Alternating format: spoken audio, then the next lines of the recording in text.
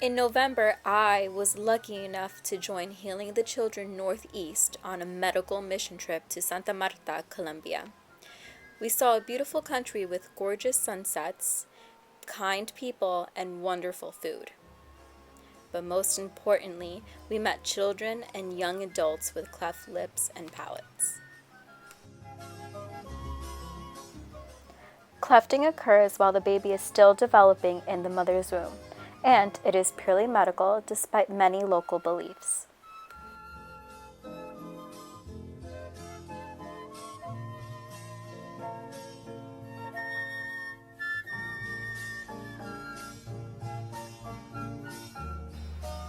As shown in these photos, there are different types of clefts with different severities. Some include the lip and hard palate or soft palate, and some are not detectable by looking outwardly at these wonderful children.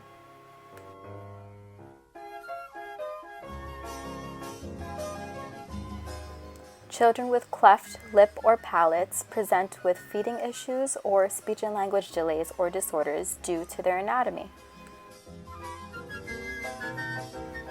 My role on this medical mission trip as a speech and language graduate student was to educate parents on how to bring their child one step closer to new language goals, teach articulation strategies to help make their speech more intelligible, and most importantly, learn and absorb all that I can on this life-changing trip.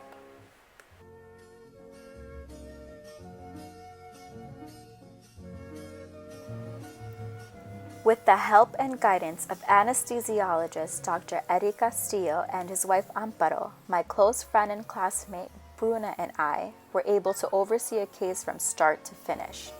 We were so excited to be able to partake in such an educationally astounding experience.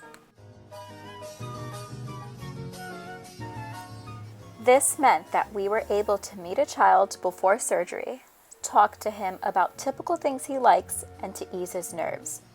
We followed our respective cases into surgery and observed the time and skill this corrective procedure requires. The case I chose to follow was interesting to me because of its unique name and secondary surgery classification. My professors, Dr. Berkowitz and Dr. Bueller, explained to me that a Z-plasty is a surgery to repair the soft palate. Doctors cut layers of the soft palate into a Z or zigzag shape to create a puzzle piece-like masterpiece.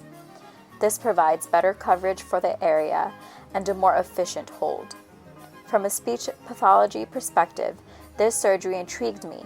Without their soft palates, many essential sounds are not able to be produced, which severely impacts the effectiveness of the child's communication.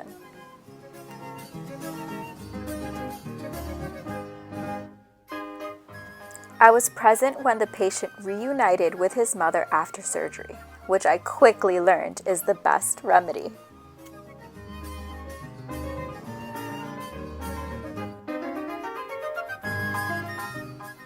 Being a team member for this medical mission trip allowed me to experience a different culture, witness medical miracles, and above all, meet people with life-changing and inspirational stories.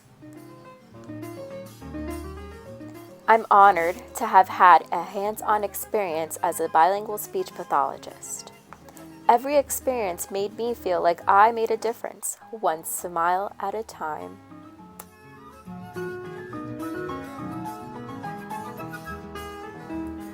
It was extremely gratifying meeting the children with new smiles and a new outlook on life.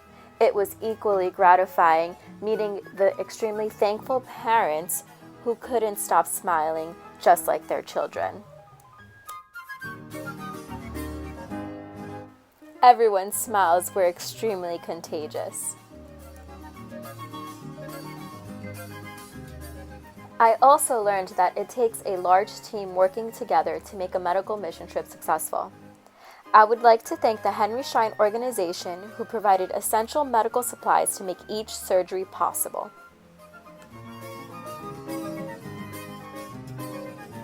Furthermore, our trip would not have been as memorable without Unima, who taught me that women can be hermosa y poderosa, which means beautiful and powerful in Spanish, as they showed outstanding hospitality to the whole team throughout the mission. Of course, special gratitude goes out to the doctors and nurses who dedicated their skills to their patients. Thank you to Dr. Giacono and Dr. Russo, who facilitated a great mission. I also must thank Dr. Castillo for the once-in-a-lifetime opportunity to follow a case throughout the day.